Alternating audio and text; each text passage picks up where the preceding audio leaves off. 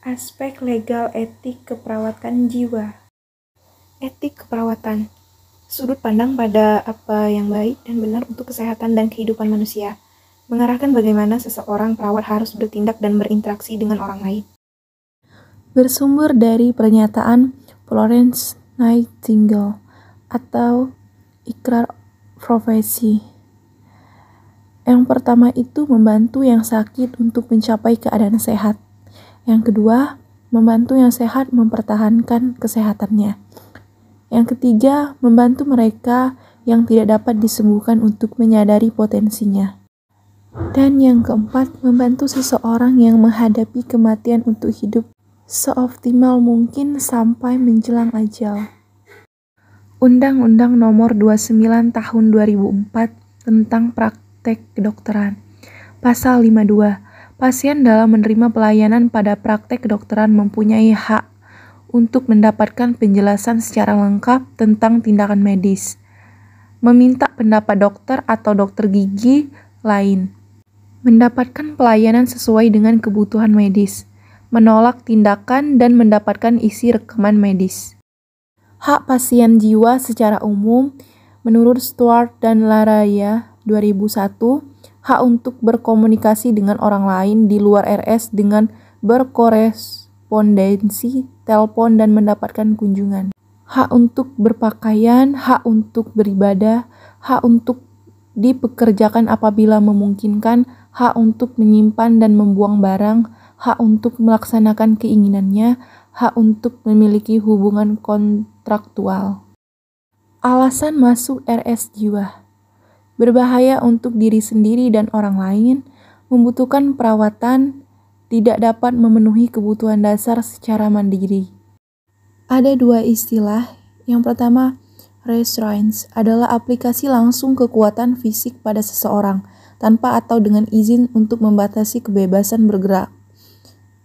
Ada seclusion atau pengasingan, adalah pengurungan seseorang bukan keinginan sendiri dalam konstruksi khusus, ruangan terkunci dengan sebuah jendela keamanan atau kamera untuk monitoring visual langsung. Hierarki dalam membatasi pasien jiwa menurut Stuart dan Larayan 2001 p.174. Pembatasan bisa dalam makna dibatasi secara fisik atau dibatasi pilihannya. Hierarki dari yang paling restriktif ke yang kurang restriktif. Ada ekstremitas tubuh, batasan ruang gerak atau kamar isolasi, batasan dalam aktivitas sehari-hari misal acara TV, waktu merokok, komunikasi.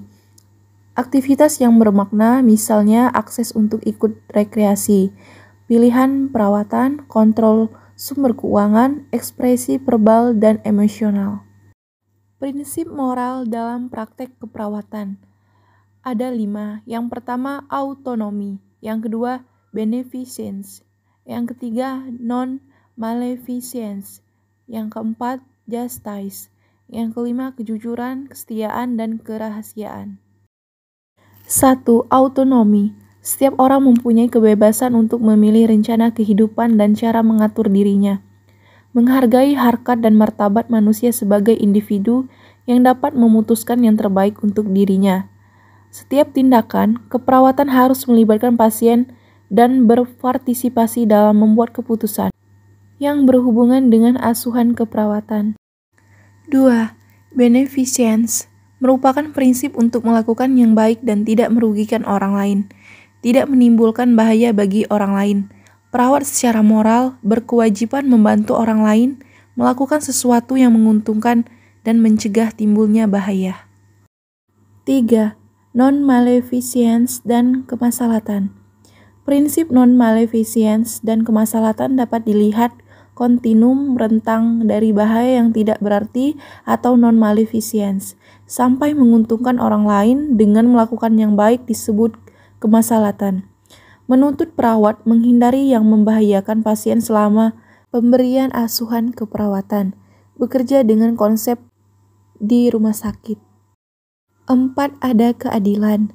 Keadilan merupakan suatu prinsip moral untuk berlaku adil terhadap semua pasien sesuai dengan kebutuhan, Dan setiap individu mendapatkan tindakan yang sama berarti mempunyai kontribusi yang relatif sama untuk kebaikan kehidupan seseorang. 5. Kejujuran, kerahasiaan, dan kesetiaan.